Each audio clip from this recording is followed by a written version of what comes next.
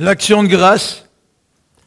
Vous savez, pour un prédicateur, quand ces moments de l'année reviennent, année après année, on se pose toujours la question de savoir quel texte on va trouver.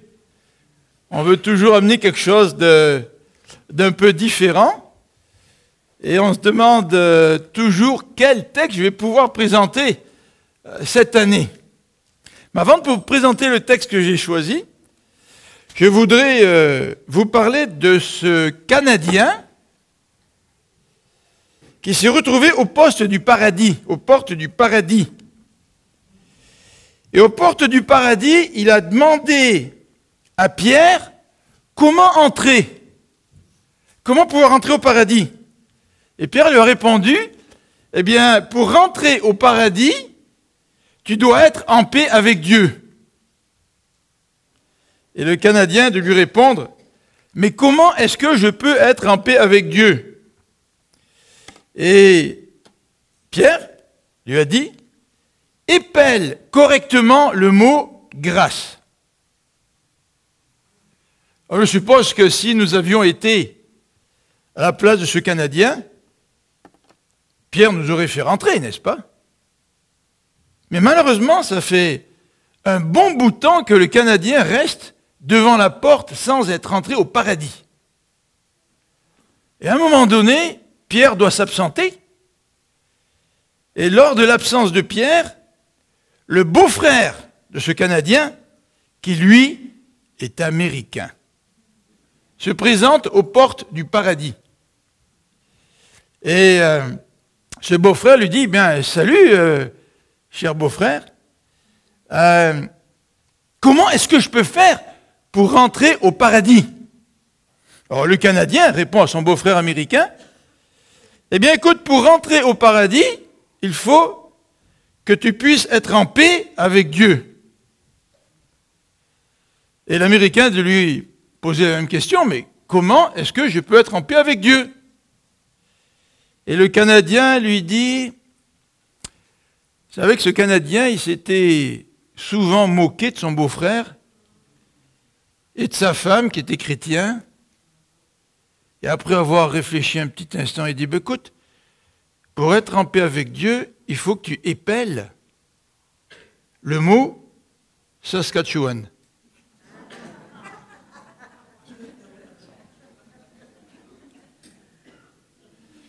Dans 2 Timothée, au chapitre 3, versets 1 et 2, l'apôtre Paul dit, sache que dans les derniers jours, surgiront des temps difficiles, car les hommes seront ingrats.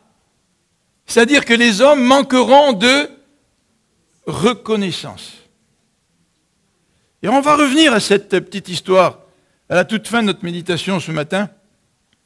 Mais en attendant, je voudrais qu'on puisse tourner dans le psaume, au psaume 147. Psaume 147. Psaume 147. Et dans ce psaume, nous avons 3 appels à la louange, à la reconnaissance. En fait, lors du 2e appel, le psalmiste nous demande de louer Dieu avec reconnaissance. Donc il y a un lien entre la louange et la reconnaissance. Alors lisons ensemble ce passage. Loué soit l'Éternel, verset 1er. Regardez au verset 7, ce que le texte nous dit. Chantez pour l'Éternel d'un cœur reconnaissant, célébrez notre Dieu au son de la cithare. 2e appel à la louange ou à la reconnaissance. En tout cas, le mot reconnaissance est présent dans ce verset 7. Et ensuite, au verset 12, le verset 12 nous dit, ô toi, Jérusalem, célèbre l'Éternel, loue ton Dieu, ô Sion. 3e appel à la louange. Alors ce qui est intéressant, c'est, en lisant ce passage, c'est de voir le lien qui existe entre la louange et la reconnaissance. Vous savez que louer, c'est célébrer une personne quand tu loues quelqu'un. Tu loues les accomplissements d'un savant qui a fait des avancées extraordinaires dans le domaine de la science ou qui a contribué à un avancement extraordinaire. La louange, c'est célébrer quelqu'un qui a des talents extraordinaires, que vous appréciez de manière toute particulière. Mais la reconnaissance, c'est un petit peu différent. La reconnaissance, c'est de reconnaître une réalité et dire merci. Est-ce que nous sommes des hommes et des femmes reconnaissants? Est-ce que nous sommes marqués par cette réalité de ce que Dieu fait, de ce que Dieu est, et sommes-nous tellement marqués de cette réalité que nous lui disons merci? Est-ce que nous vivons dans une louange continuelle qui est empreinte de reconnaissance? Nous pouvons louer Dieu sans reconnaissance. Nous pouvons louer Dieu entraînés par la musique. Nous pouvons louer Dieu entraînés par l'ambiance, par l'atmosphère, mais nous pouvons louer Dieu sans avoir de reconnaissance envers lui. Oh, tout comme je peux louer la grandeur de Carey Price. C'est notre vedette Carey Price. Mais est-ce que je lui dis merci à Carey Price? Pas vraiment, tu sais. Je suis toujours en train de célébrer la grandeur de cet homme, mais finalement, il n'y a pas tellement de lien entre lui et moi. Je n'ai pas une relation personnelle avec lui pour qu'il ait posé des gestes personnels envers moi pour que je lui dise merci. Donc nous pouvons louer Dieu sans nécessairement être reconnaissants.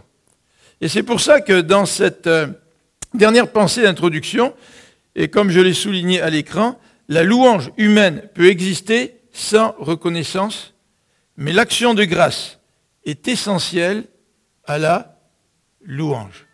Pouvons-nous réellement louer Dieu si nos louanges ne viennent pas d'un cœur reconnaissant? Alors, je vous invite à regarder ce matin rapidement les 3 appels à la reconnaissance. Parce que, comme un dimanche d'action de grâce, je voudrais vraiment qu'on puisse prendre un temps d'action de grâce ensemble. Donc, on va terminer par des prières d'action de grâce. Et c'est pour ça que je vais être beaucoup plus court ce matin. Psaume 147, les versets 1 et 2. Lisons le verset 1. Loué soit l'Éternel. Oui, qu'il est bon de célébrer notre Dieu en musique, qu'il est agréable de le louer ainsi qu'il en est digne. Déjà dans ce premier verset, nous avons non seulement un appel à louer Dieu, mais nous avons une constatation. Il est bon de célébrer notre Dieu en musique. C'est bon, c'est bien. C'est bon, c'est bien dans le sens que c'est convenable. C'est ça qui convient à Dieu, de le célébrer en musique. Pas simplement en musique, bien sûr, mais c'est convenable de célébrer Dieu en musique, mais c'est aussi bon pour nous de célébrer Dieu en musique. Et c'est agréable. N'est-ce pas? C'est agréable de pouvoir chanter, célébrer la grandeur et la bonté de notre Dieu. Célébrer ses attributs, célébrer ce qu'il fait. Combien ça nous fait du bien, n'est-ce pas? Mais le passage nous dit aussi qu'il est bon de célébrer, qu'il est agréable de le louer, ainsi qu'il en est digne. Le texte nous dit que Dieu est digne de notre louange. Dieu est digne de notre adoration. Cela signifie que Dieu le mérite. Dieu mérite notre louange. Dieu mérite notre adoration. Et il mérite cette reconnaissance qui jaillit d'un cœur qui comprend qui Dieu est et qui comprend ce que Dieu fait. Sommes-nous reconnaissants? Dans ce verset 3, nous allons voir une raison pour laquelle Dieu nous appelle à être reconnaissants. Tout d'abord, c'est la restauration. Au verset 2, il est dit « L'Éternel rebâtit Jérusalem, il y rassemblera les déportés du peuple d'Israël. » On a vu il y a quelques mois, ou à peu près un an, le récit de Néhémie, comment Dieu a rebâti la ville d'Israël. Je ne sais pas à quoi nous pourrions comparer cela aujourd'hui. Je sais que la situation de nos frères en Haïti, c'est terrible. Vous regardez ce qui s'est passé. Et je ne sais pas si la déportation était aussi terrible que ça. Mais vous savez que la déportation, c'est la désolation, c'est la destruction. C'est un pays qui perd son identité. C'est un peuple qui souffre. Et Dieu, c'est un Dieu de restauration. Et c'est la raison pour laquelle le psalmiste nous appelle à la reconnaissance. En fait, Dieu, c'est un Dieu qui nous restaure chacun d'entre nous. Si vous vous rappelez le témoignage de Gilles Lapierre hier, Gilles a dit qu'il a accepté Dieu à 19 ans et que Dieu a été bon pour lui. Et quand nous acceptons Dieu jeune et que nous suivons les commandements de Dieu, Dieu nous donne une stabilité dans la vie que nous n'aurions probablement pas sans lui. Et peut-être que si vous avez accepté Dieu plus tard dans votre vie, vous avez peut-être commencé à connaître le travail de restauration que Dieu veut faire dans votre vie. Dieu veut restaurer ce qui a été brisé par le péché. Tout comme Dieu a voulu restaurer Jérusalem qui avait été détruite par les envahisseurs et par la déportation. Dieu veut nous restaurer. Il veut reconstruire son image en nous qui a été brisée par le péché. Dieu fait une œuvre de restauration. Est-ce que tu comprends dans ta vie que Dieu veut te restaurer? Est-ce que tu vois dans ta vie l'œuvre de restauration de Dieu? J'espère que oui. Et si ce n'est pas le cas, j'aimerais te suggérer ce matin de prier Dieu pour que Dieu te restaure, pour que Dieu te redonne cette vie abondante qui vient de lui. Et lorsque Dieu nous restaure, eh bien de nos cœurs jaillit des prières de louange et de reconnaissance, d'action de grâce. Deuxième élément, dans ce verset 3, c'est que Dieu intervient pour ceux qui sont abattus, il les guérit. Il pense leurs blessures. J'aime ça, penser la blessure, moi, cette expression-là. Guérir, c'est général, tu sais. Mais quand tu penses la blessure, c'est que tu te penches sur quelqu'un. C'est que tu le touches. Et la main du Seigneur Jésus, quand Jésus est venu sur cette terre, la main du Seigneur a touché les lépreux, a touché les pécheurs, et il les a guéris. Est-ce que dans ta vie, aujourd'hui, tu peux témoigner que Jésus est venu te toucher? Et que Jésus, par sa main guérissante, il veut encore nous toucher. Non seulement aujourd'hui, mais dans les mois, les années à venir, jusqu'à ce que nous retrouvions sa présence. Dieu est un Dieu dont la main est guérissante. Est-ce que Dieu te guérit? Est-ce que Dieu te guérit en te pardonnant? Est-ce que Dieu te guérit dans tes défauts, dans tes chutes, dans tes péchés? Est-ce que tu sens la main guérissante de Dieu qui donne le pardon et qui efface nos propres fautes? Sans la main de Dieu qui nous pardonne, nous ne pourrons pas être en paix avec Dieu et entrer dans ce paradis. Dans les versets 4 et 5, nous avons encore une autre raison pour ce premier appel à la reconnaissance, versets 4 et 5. Il est question de la grandeur et de la puissance de Dieu. Et quand on pense à cela, ça nous dépasse. Verset 4. Celui, c'est Dieu qui détermine le nombre des étoiles. Et à chacune d'elles, il donne un nom. Et le verset 5 nous dit, notre Seigneur est grand, son pouvoir est immense. Avez-vous déjà pensé au nombre d'étoiles qu'il y a dans l'univers? Un enfant de 4 ans a envoyé une petite vidéo à la NASA. Et son père l'avait enregistrée, et il a posé la question, combien il y a d'étoiles dans l'univers? À votre avis? Mais pour faire ce petit calcul, il faudrait d'abord savoir combien il y a de galaxies dans l'univers. En fait, il y a quelques centaines de millions de galaxies. Maintenant, combien d'étoiles y a-t-il dans une galaxie? Bien, si on prend notre propre galaxie, il y a environ entre 200 et 300 millions d'étoiles dans notre galaxie. Et si on veut multiplier ça par quelques centaines de millions de galaxies, ça nous arrive à un chiffre, là, Armel, j'ai besoin de mathématiciens, de 1 avec 8 blocs de 3 zéros. 1, 0, 0, 0, 1 bloc, 2 blocs, 3 blocs. Je n'arrive pas à compter ça. Et le texte nous dit ici, c'est lui qui détermine le nombre des étoiles et à chacune d'entre elles, il donne un nom. On a tellement peu d'imagination que quand on trouve des nouvelles étoiles, le nom qu'on leur donne, ce sont des codes avec un chiffre ou des lettres. Dieu est capable de nommer cette immensité qui remplit l'univers. L'Éternel, je ne sais pas. Je ne sais pas quel mot utiliser pour parler de la grandeur de l'Éternel. Le verset 4a aussi nous dit, dans ce passage, et puis le verset 5b, il nous dit donc, c'est lui qui détermine le nombre des étoiles, et il nous dit aussi, sa science, au verset 5b, sa science est infinie. Et j'étais curieux parce que je suis allé voir sur Internet pour savoir si la réponse de la NASA était partagée par d'autres. Et j'ai regardé d'autres articles, et un des articles qui était écrit, abondé dans le même sens, et le gars terminait en disant « Combien je me sens petit ».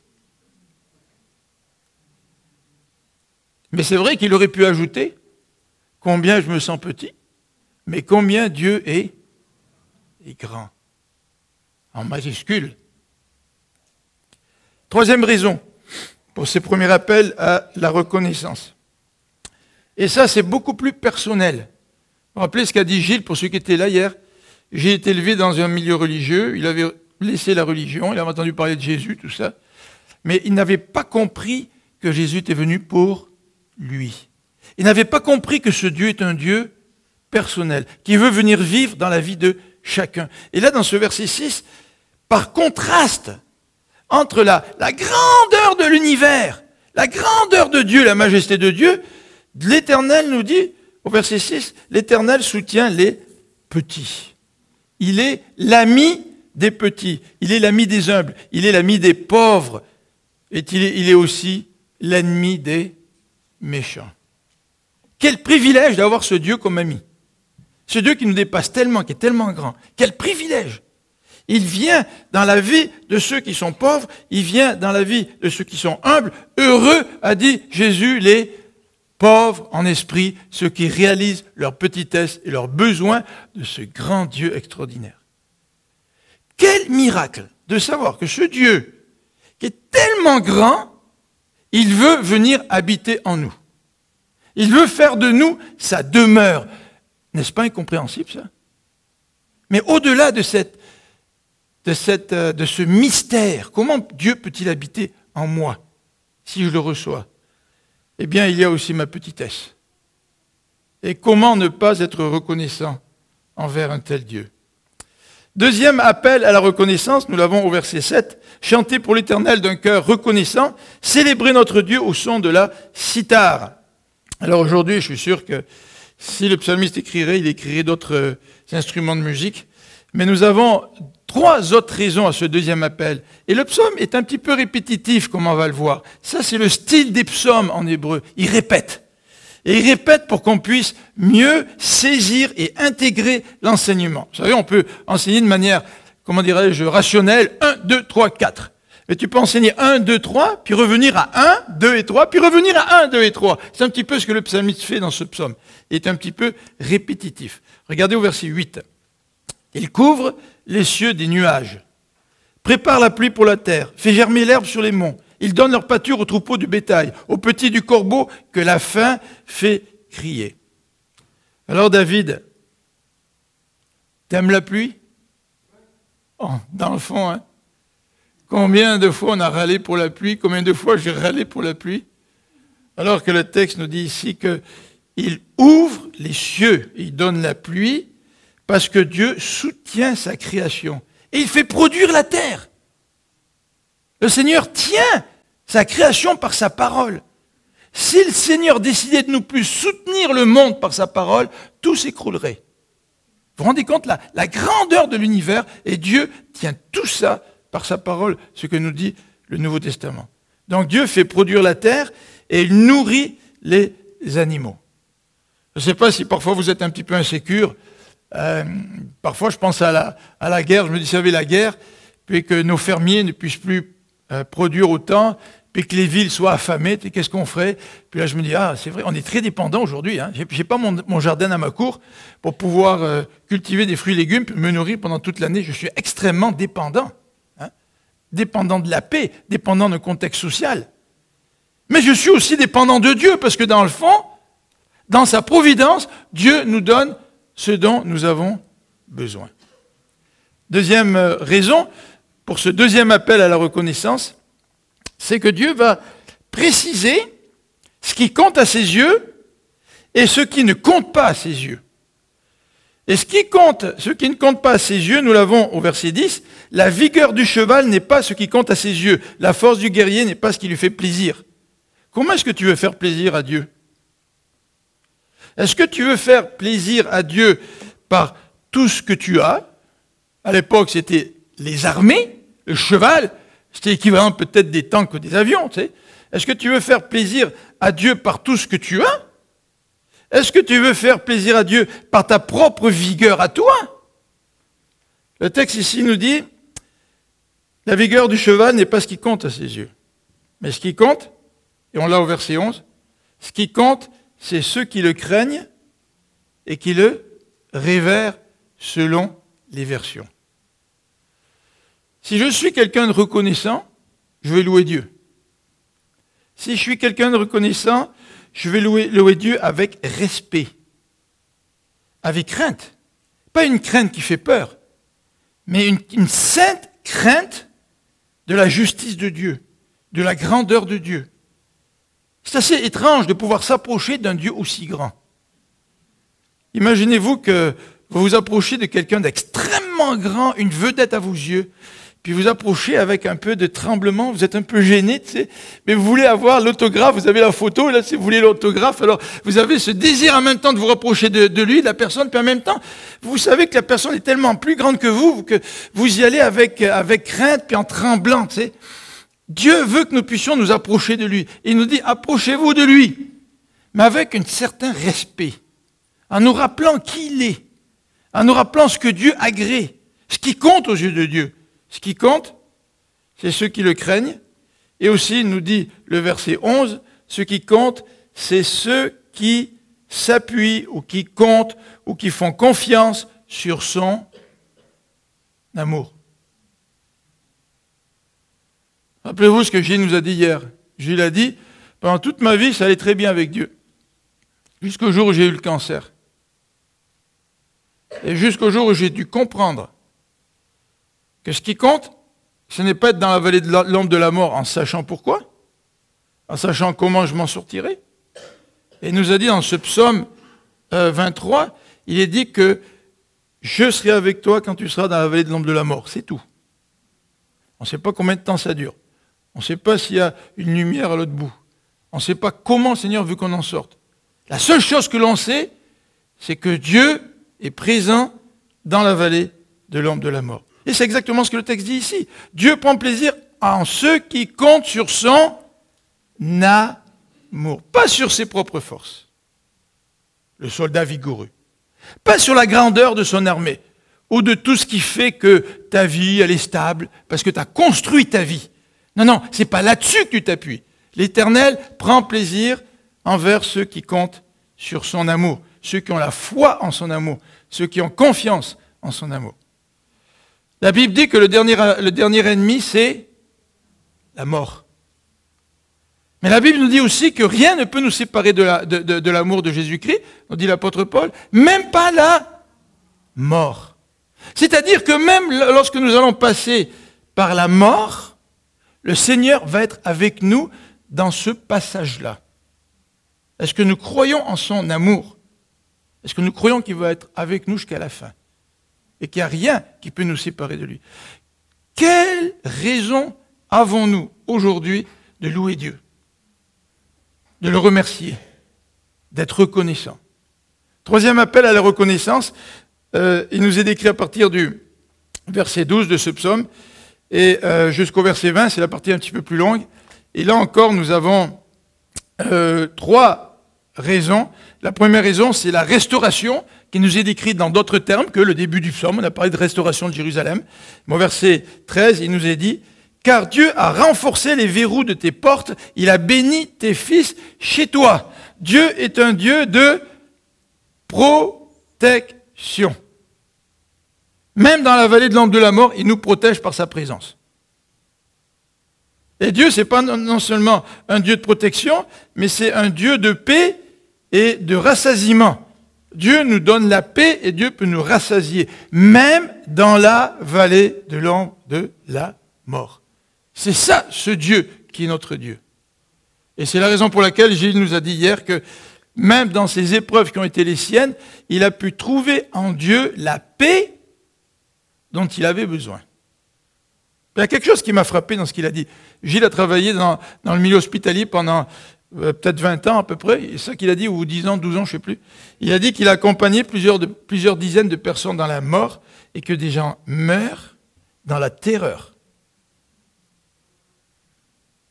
Mais si Dieu nous accompagne, de qui aurais-je crainte?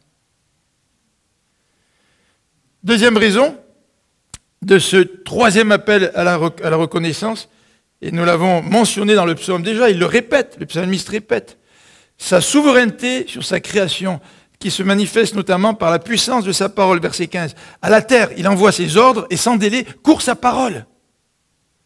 Et parce que Dieu envoie des ordres, automatiquement, sa puissance se manifeste sur la nature. Moi, quand on arrive à cette période de l'année, j'ai un peu un regret. Parce que j'aime ça quand il fait beau.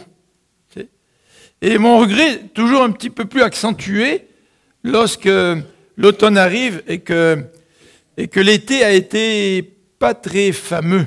C'est comme si ma soif de soleil est un petit peu inassouvie. Mais je peux regarder la situation de notre côté. Je veux dire, Dieu, par sa parole, fait venir les saisons. Et les saisons arrivent. C'est Dieu, par sa parole, qui contrôle sa création. Et quand l'automne arrive, au lieu de me plaindre parce que j'aurais aimé un été plus long, je peux voir dans la venue de l'automne la souveraineté de Dieu sur sa création. Est-ce que vous voyez sur la création la souveraineté de Dieu? À travers les saisons que nous connaissons, année après année. Est-ce que nous savons reconnaître la toute-puissance et la divinité de Dieu au travers de sa création? Est-ce que nous prenons le temps d'ouvrir les yeux et de voir la puissance de Dieu, comme dit l'Épître aux Romains au chapitre 1, verset 18 et suivant, de voir sa puissance et sa divinité à l'œil nu? Mais le texte nous dit que le péché fait en sorte que les hommes ne reconnaissent pas la puissance et la divinité de Dieu. Est-ce que nous, ses enfants, nous savons reconnaître la puissance et la divinité de Dieu au travers de la création? Dernière raison, pour ce troisième appel à la louange et à la reconnaissance, au verset 19, c'est la révélation de Dieu. C'est lui qui communique sa parole à Jacob et ses commandements, ses lois à Israël. Il ne l'a jamais fait pour aucun autre peuple, aussi ses lois leur restent inconnues. Ouais, la parole de Dieu, c'est compliqué à la lire, tu sais, puis... ouais, moi, j'aime pas trop lire, de toute façon, tu sais, puis... j'ai tout juste fini mon secondaire, et puis... vous savez que dans l'histoire des missionnaires, là, il y a des gens qui étaient tellement stimulés à la parole de Dieu qu'ils ont appris à lire pour pouvoir avoir accès à la parole de Dieu. Des gens qui n'avaient même pas la fin de leur secondaire. Mais des gens qui avaient soif de la parole de Dieu. Et cette soif de la parole de Dieu, nous la retrouvons à maintes reprises dans la Bible. David avait tellement soif de cette parole, elle était plus précieuse que l'or, l'argent, le miel. Tu sais. Et ici, le texte nous dit que Dieu a révélé sa parole. Quand quelqu'un nous parle, quelqu'un comme Dieu, c'est une faveur. Mélodie, une fois, est allée écouter, comment s'appelle ton chanteur Adams, là, Bryan Adams. Puis elle aime beaucoup Bryan Adams, presque plus que son père, tu sais. Et puis un jour, elle est allée, Bryan Adams, c'était à Québec, puis on est allé à Québec avec Marie-France, tout ça, puis le petit Gianni, puis le soir, Mélodie m'a dit, viens avec moi, on va écouter le concert de Bryan Adams. Puis elle est allée voir Bryan Adams. Et puis c'était en plein air à Québec. Mais je sais qu'il y avait d'autres concerts au Forum, par exemple, puis à un moment donné, il a fait monter quelqu'un sur la scène pour chanter avec lui. Ah, imagine-toi, c'était une fan de Bryan Adams. Je pense que Mélodie rêve toujours à ça encore. Tu sais, monter sur la scène avec Bryan Adams. Mais tu sais, si Bryan Adams te tend la main, là, te fait monter sur la scène, si Bryan Adams te parle, n'est-ce pas une faveur? Il y a peut-être 18 000 personnes dans le forum, ou je ne sais pas combien de personnes, ou 10 000, j'en sais rien. Puis c'est toi qui l'as choisi, c'est à toi qui va parler. Le peuple de Dieu est un peuple béni, parce que Dieu a choisi de lui parler. Lire la parole de Dieu, là, c'est Dieu qui nous parle. Et le Nouveau Testament nous dit que nous avons un privilège immense. C'est que cette parole, elle s'est incarnée en Jésus. Et Jésus vient nous parler quand il habite en nous. Et nous avons une communion avec Jésus. N'est-ce pas une merveilleuse raison d'être reconnaissant envers notre Dieu? En conclusion, j'aimerais juste rappeler ceci, avant de revenir à notre petite histoire du début. Il y a deux aspects dans la reconnaissance.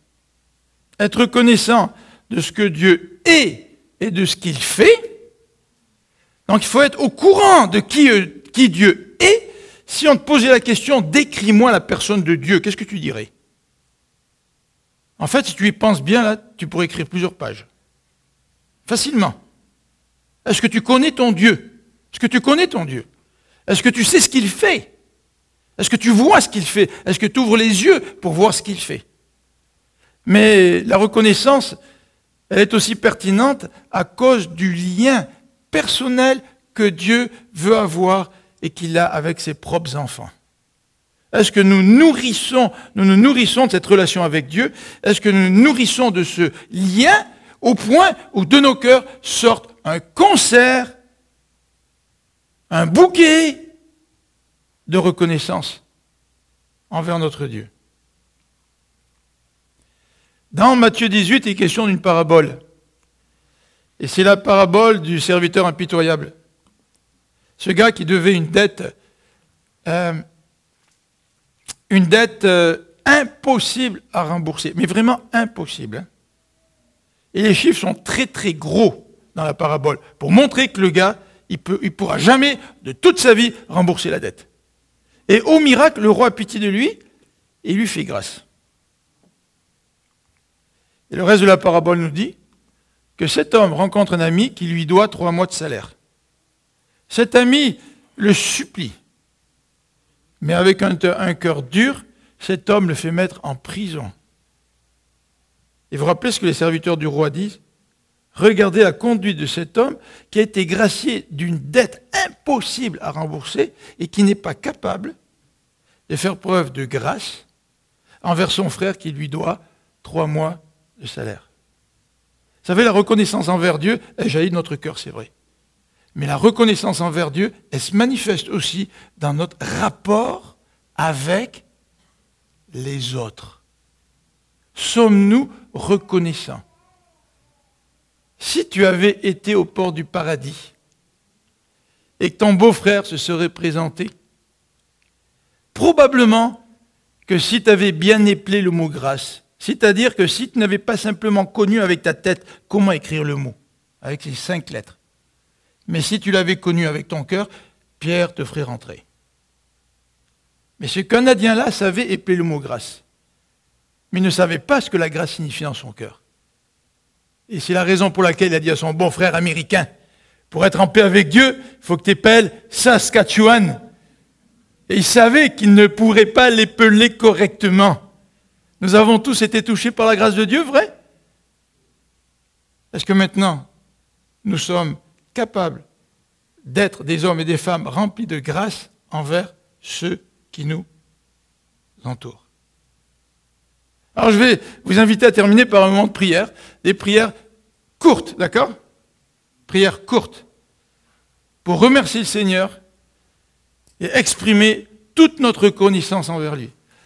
À cause de ce qu'il est, à cause de ce qu'il fait, et demandons aussi à Dieu de mettre dans notre cœur la reconnaissance, afin qu'elle puisse se manifester envers notre prochain. Alors prions à haute voix forte, s'il vous plaît, pour qu'on puisse tous entendre, mais des prières courtes. On va terminer par ce moment de prière.